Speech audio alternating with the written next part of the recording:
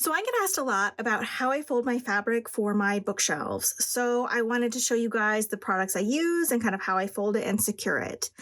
I use comic book boards for almost all of my fabric. If it's not in a bundle, then it is put on comic book boards and onto my shelves.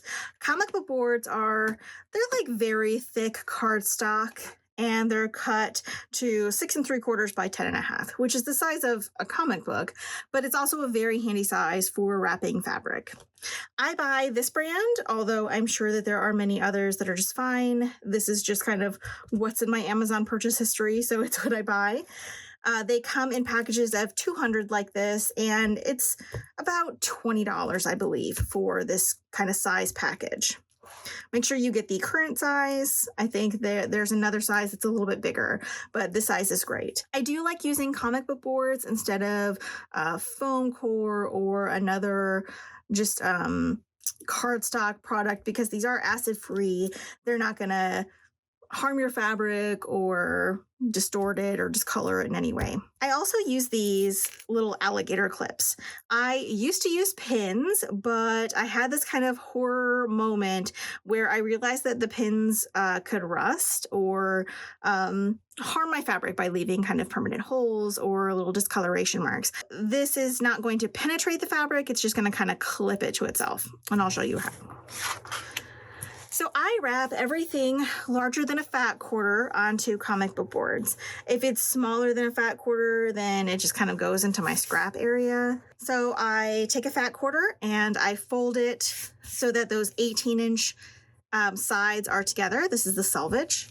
And I put that comic book board right in the middle, kind of fold each side together.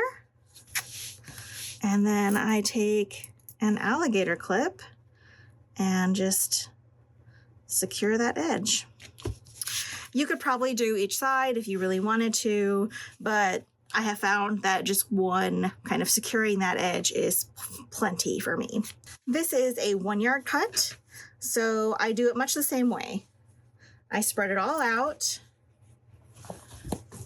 and these are the selvages. So I'm gonna bring the fold up to the selvages.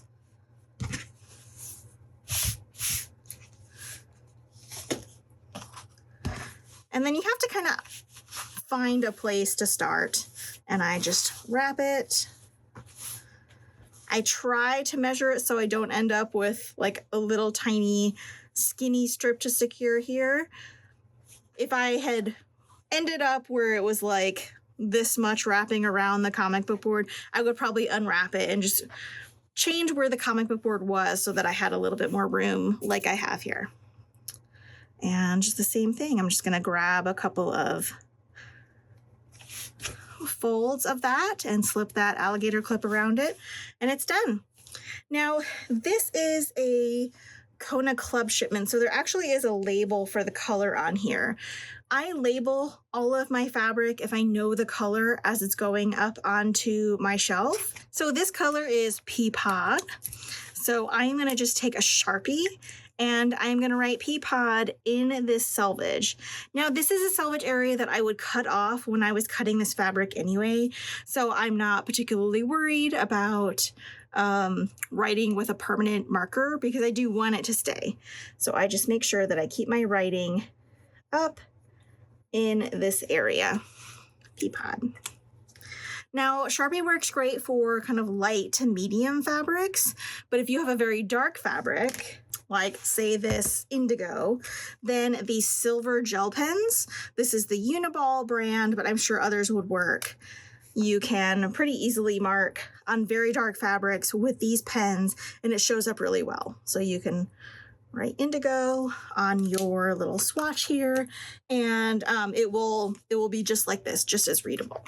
And then once all these are folded, then I stick them on my shelves.